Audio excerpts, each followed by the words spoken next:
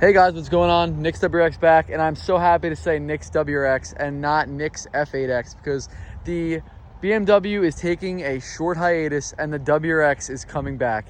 I'm going to attach a photo right here to show what my car looked like just a few short months ago, and this is what it looks like now. Completely bone stock, and we are going to be bringing it back. We're going to be building the whole entire car on the channel, from wrap to suspension to every single nut and bolt of the entire car. We are going to be documenting and showing it to everybody, because a bunch of people were asking me how long did it take to build the first one. You know, what did I have to go through to build the first one? Where did I go? How did I do it?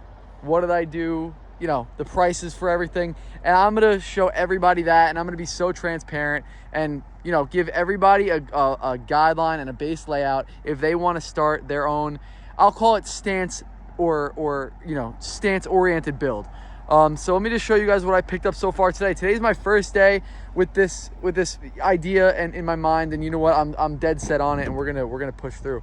We just picked up a Grimspeed catted J pipe, which is, you know, for tuning. We're gonna be tuning it hopefully this week.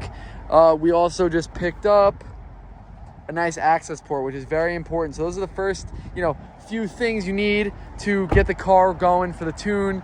And we're going to be getting this thing dyno tuned. That's going to be on the video as well. And you know what? I cannot wait to post this. I cannot wait to give everybody the documentation on this. So I'm just so excited. I'm sorry, guys, if you hear me, you know, stuttering and shit. I'm so happy to be doing this back to the car. It's going to be wrapped. It's going to be bagged. I'm so excited, and I cannot wait to bring you guys with me. So you know what? We're going to catch you guys in the next video. Just drop a subscribe, and you know what? You're not going to want to miss out. I promise that. I'll see you guys in the next one.